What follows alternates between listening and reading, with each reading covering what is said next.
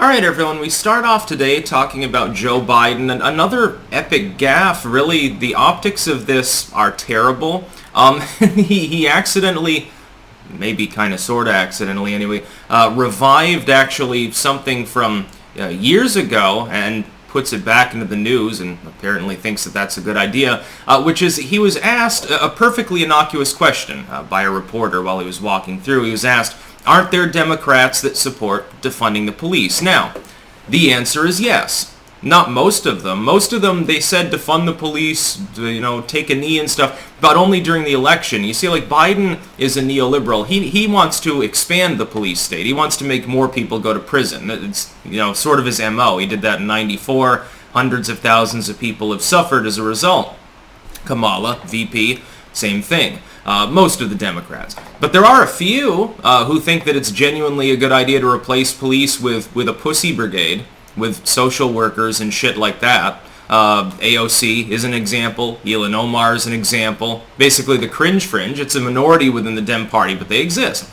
Biden's answer instead pivots and says, well, aren't there Republicans that believe we drink the blood of babies? Looking at this, I'm like, it's a very simple question. Just fucking answer the question.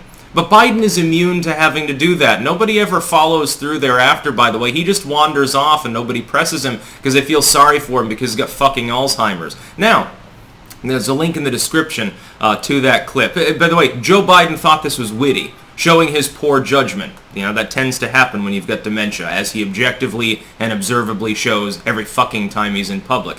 There will also be a pinned comment down below if you're watching this video on YouTube, though, with links to 4 other video hosting sites that I use. I make 4 videos every day. 2 of them are exclusive to those platforms. They're not on YouTube. Sometimes because the subject matter is verboten, YouTube no longer allows you to express yourself unless you're expressing opinions that are agreed upon with Uncle Sam and the WHO and globalists and Soros and all of these other boogeymen. Joe Biden, though, is just a fruitcake. He's an interesting case because he can't really hate the dude, on his nose or anything like that simply because he's so out to lunch. People don't do this kind of thing generally unless they're on something or there's dementia involved or there's really, really, really dumb. And Joe Biden's not dumb. He's academically trained. He's been in politics for a long time. He's smart enough to get elected. Most of the time, honk honk. At other times, he needs a little bit of help, like recently. Otherwise, though, he ran and won in the Senate over and over, was VP and stuff, so he's not, an intellectual lightweight. He's just out to lunch. It's like, have you ever seen that clip of George W. back when he was the governor of Texas? This is before he was President W. Bush. I think it was like around the early 90s or something. And he was clearly intoxicated, and he was being interviewed by like a college kid or something. He's outside a bar. He's clearly shit-faced, and he's just mumbling and saying weird shit like he loves other politicians and things like that, and then staggers off in the other direction. That's sort of how Biden operates. He goes fruity and says weird shit like this, and then people chuckle at it, and there's never any real follow-through. Like, the follow-through there should have been, hey, Mr. Governor, W in his case, are you completely fucking sauced? Should have been a question asked. Clearly, you don't need to ask the question, but, it's you should follow through on the obvious. Now, with Joe Biden, you ask him this, he pivots to talking about baby blood conspiracy theories or something, and then nobody ever circles back around to say, well, no, what about the Dems that do clearly want to defund the police? Come with a quote next time. And just look at AOC's Twitter. You'll find plenty of things there that are terse enough to hit Biden with before he walks away. By the way, he tends to get antagonized easily, and so he'll be moving in the other direction. They're trying to nudge him along quickly because they know that he's going to do this. He'll still turn around and answer, sort of like he does here. This is a major problem with Biden, and it largely goes to optics. Of course, Biden bringing this up, he thought this was a witty retort. But it's clearly not. It's a terrible idea because it looks like, even if for just the purpose you're avoiding the question, it's not a hard one. It's really just yes or no. He should have said, there are Democrats that want to defund the police, and I disagree with them. See, the problem with answering truthfully is then they say, well, you were saying the same thing during your candidacy, and then all of a sudden you did a 180 more recently. But that's because he's a neolib.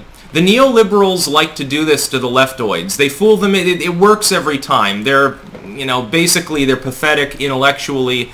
Otherwise, they wouldn't be leftoids. And so you just make them promises that they don't line up with the historical reality of your voting record or your statements from before. I think Warren did this, still is. Biden did this. Kamala did this. Biden and Kamala are tough-on-crime, neoliberal, globalist hawks. They're pro-war. They're pro-police state. They're pro-corporate. You think they're actually going to screw the billionaires? You think they're actually going to bite the hand that fed them half of their campaign money and is almost entirely in line with the Democrats now? No, they're going to rob the middle class some more. Meanwhile, the rich get the limitless SALT deduction again back that Trump capped at $10K. By the way, it takes a lot of income to get to that cap. Specifically, it's for people in blue states that have high state and local costs, and so they can deduct some of that towards the federal total because the idea is that the state is providing more services, therefore the taxes are higher. And it's kind of screwy and, whatever. This is a tax lowering to the upper classes. This doesn't even kick in until you're like probably $200,000, $300,000 a year. That's the reality of Joe Biden. Not love beads and praise for Cuba and stuff. That's the fringe of his party. Bernie Sanders is the reason that Joe Biden lost Florida, with his Cuba stuff. Joe Biden, it's very, very funny. In many ways, he acts a little bit like Trump did. By the way, that's actually a good thing.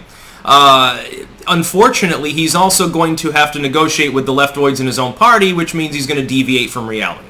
That's why we have inflation. Because of Biden's, the Bidenflation came from his initial stimulus. He was mainly being pressured by leftoids to do that. And he figured that if he just gave him $600 or whatever the fuck it was, they'd shut up and they wouldn't ask him for all of the other things he promised them.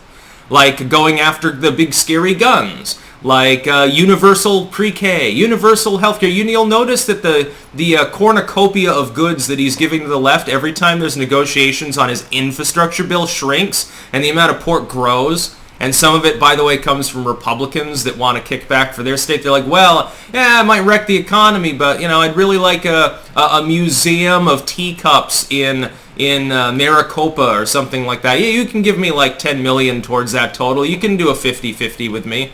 Don't worry, it's a small museum because teacups, a lot of them are small. Stuff like that. Joe Biden's nuts. The optics suck completely. So when he does this, when he doesn't want to talk about the issue of having lied to the entire leftoid audience that he wined and dined briefly as a candidate, makes sense why he would avoid it. The problem is his manner of avoiding it was arguably worse. That's about all. Peace out.